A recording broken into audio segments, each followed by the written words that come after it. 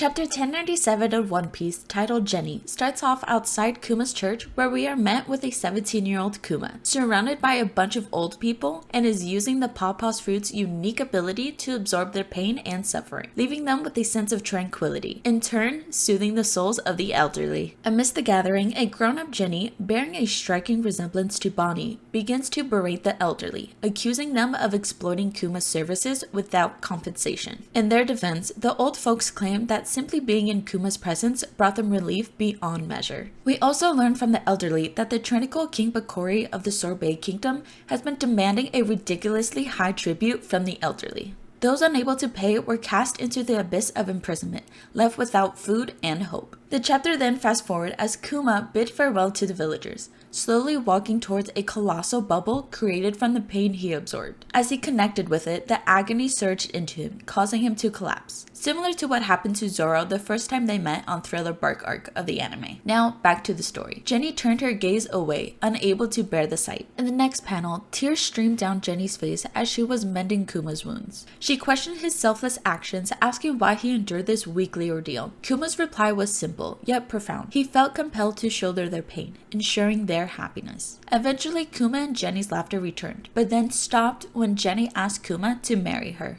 Kuma, with a heavy heart, confessed his reluctance, driven by his buccaneer blood. He feared subjecting Genny to the pain and torment that had plagued his family. The chapter then shifted years ahead to a 25-year-old Kuma, confronting soldiers who sought to enslave the elderly, following the king's merciless orders. The king had devised a cruel plan, dividing the island into two. The north became the Sorbet Kingdom with the opulent palace, while the south was isolated, burdened with two options: paying a high tribute to the world government or being enslaved. In the next page, we jump to a bleak prison cell, Kuma and Genny, alongside others, facing incarceration for their efforts to defy the king's tyranny. It was in this desperate moment that Dragon and Ivankov burst in, reuniting with Genny and Kuma. Ivankov revealed that he had suggested Kuma as the ideal candidate to their freedom fighters, a force opposing the world government. Together they embarked on a mission to liberate the Sorbet Kingdom. We also begin to learn a bit about Dragon. At this time of this flashback, he is worried on how to fund the freedom fighters, as well as the confirmation that he was actually part of the Marines, which is great news for the long-standing fan theory,